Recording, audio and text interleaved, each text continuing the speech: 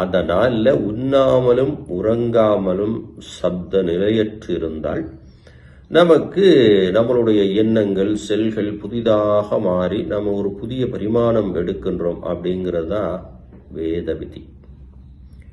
இப்போ வீட்டில் இருக்கக்கூடிய பெண்கள் ஒரு தேவையை கருதி நாம் வழிபாட்டு முறைகளை செய்யும்போது பஞ்சாட்சரம் இந்த ஓம் நமச்சிவாய மந்திரத்தை தாண்டி ஓங்கார மந்திரத்தை நாம் அமைதியான முறையிலே ஜபிக்கணும். ஓங்காரம் சொன்னாதான் தூக்கம் வராது. ஓம் நமச்சிவாய ஓம் நமச்சிவாய ஓம் நமச்சிவாயன்னு பஞ்சாட்சர மந்திரங்களை நீங்கள் சொல்றீங்கன்னா தூக்கம் வந்துடும். பெண்களுக்கெல்லாம் நிச்சயமாக தூக்கம் வந்துடும். இப்போ இந்த வெளிப்பாடு பண்றதுனால நமக்கு என்ன கிடைக்குது? அடுத்த நாளில் நமக்கு ஒரு புத்துணர்வு ஏற்படுகிறது. மனதினிலே புதிய மாற்றம் ஏற்படுது. இது மனிதனுக்கு மட்டுமல்ல, இயற்கை, மரம், செடி, கொடி, பூச்சி, எறும்பு எல்லாத்துக்கும் உண்டு. அந்த நாளிலே உண்ணாமல் நாம் பிரபஞ்சத்தோடு கலந்திருக்கணும். அதை வெட்ட வழியில இருக்கணும். ஆனால் அதற்கான வாய்ப்பு இல்லை.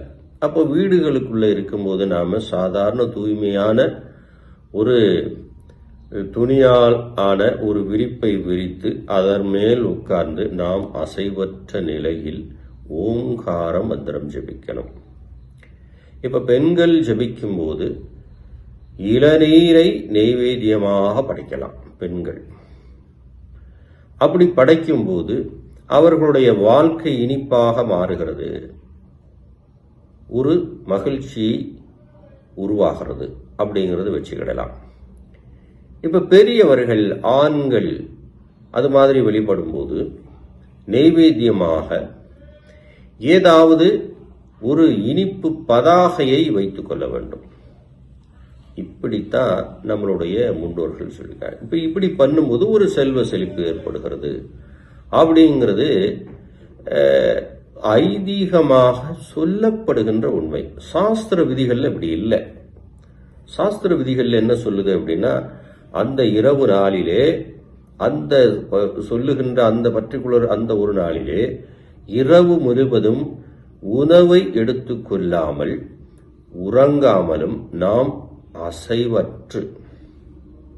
அசையாமல் ஓரிடத்தில் அமர்ந்து சிலையாக மாறி ஓங்கார மந்திரத்தை மனதால் ஜபித்துக் கொண்டிருந்தால் அடுத்த நாளில் புது உலகமாக, புத்துணர்ச்சியாக நாம் எடுக்கின்ற பரிமாணம் நம்மளுடைய தரத்தை உயர்த்தும் விதமாக இருக்கும் என்பதுதான் விதி.